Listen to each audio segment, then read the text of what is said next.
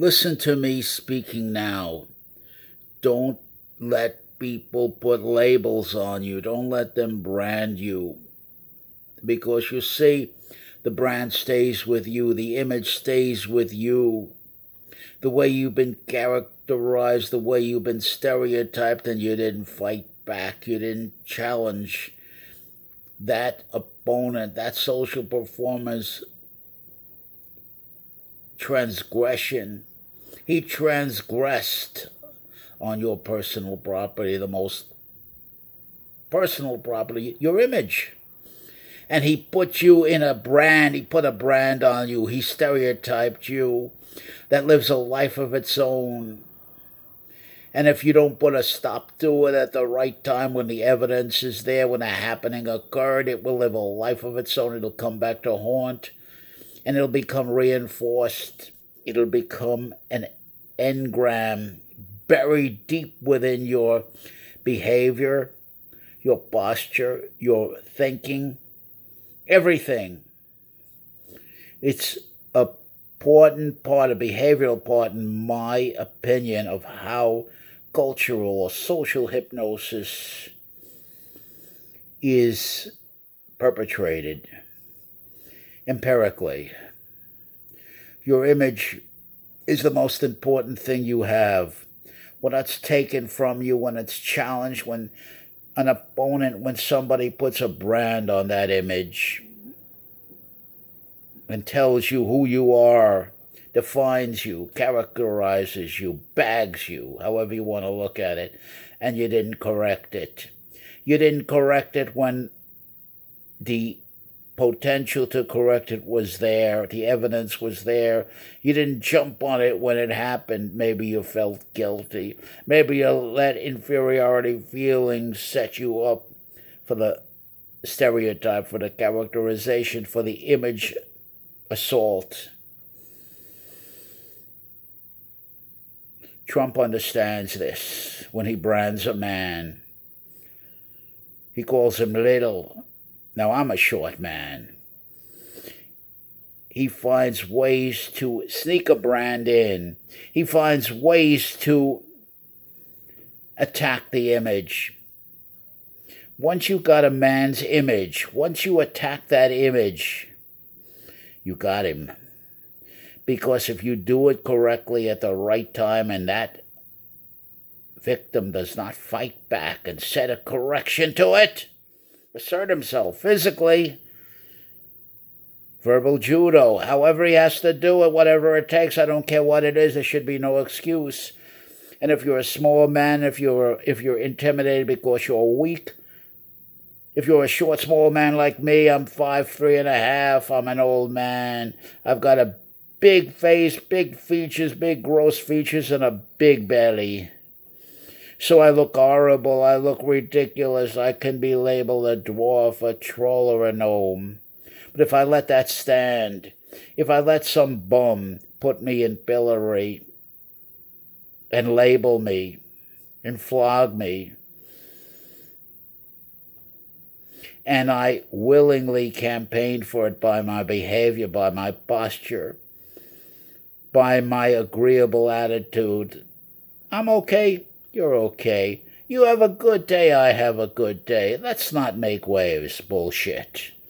Bullshit. Many times you gotta make those waves. Many times you gotta kick Pandora's box open or suffer the consequences.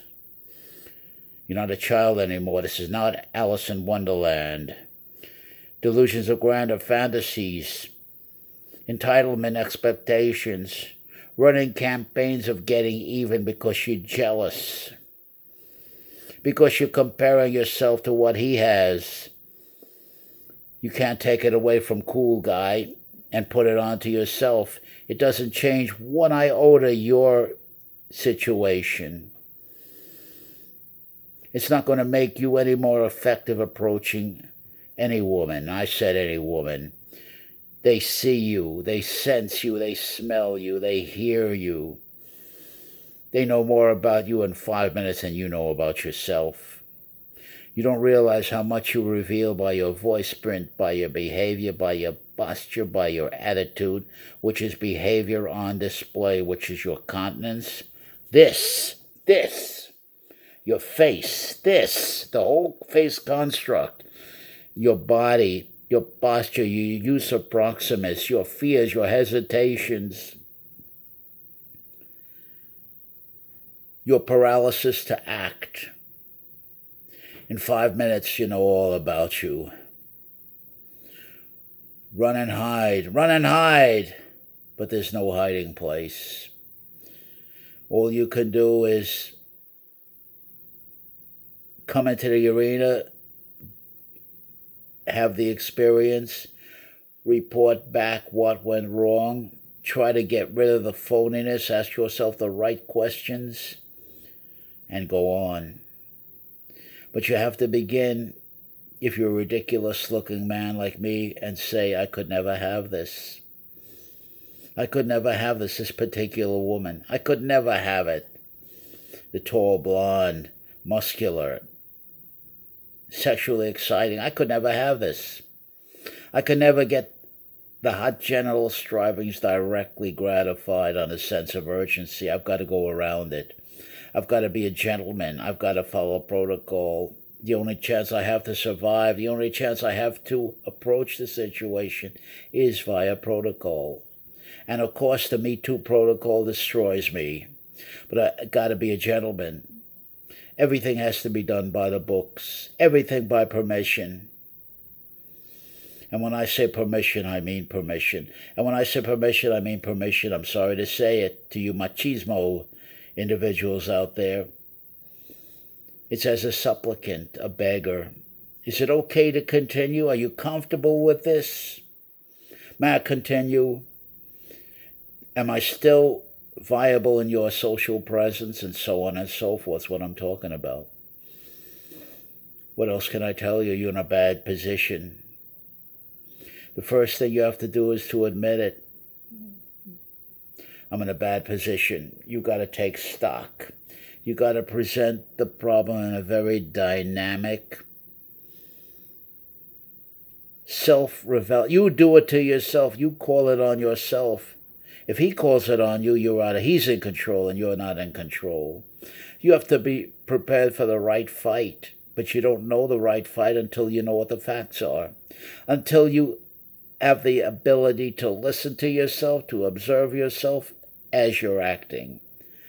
The camcorder is your mind, is your eyes, is your ears, is your body. That's the camcorder. It's a living camcorder. It would be perfect if I could cam myself a day in the life of, as I'm going through the bullshit of the day, and camcorder it. Of course I can't do that. Have somebody follow me around and camcorder everything I say and everything I do and how I interact and how I look and how I say what I say, the expression on my face, the posture, the body language, and gather all that video capture evidence and see it in slow motion, play it back in slow motion, and captures, visual captures, so I can study what I look like. Do you see what's involved in knowing yourself? Then you have to know the right questions to ask. You need a lot of training. You need to talk to a lot of people. You need to observe. Not so easy now. It's not so easy as going to someone like Tony Robbins and stuffing thousands into his mouth and say, Tony, in 15 minutes, break through. Give me a strategy. Give me something that will work, something I can apply. It's not going to work that way. We used to follow the math students around the old days and say to the master, give me a formula. Provide me with a formula that will work every time I approach a woman, that will work specifically made for me. Taking the template, all the information from Cosmo and all this other bullshit, women's books, whatever, feminist classes, whatever, Me Too, whatever.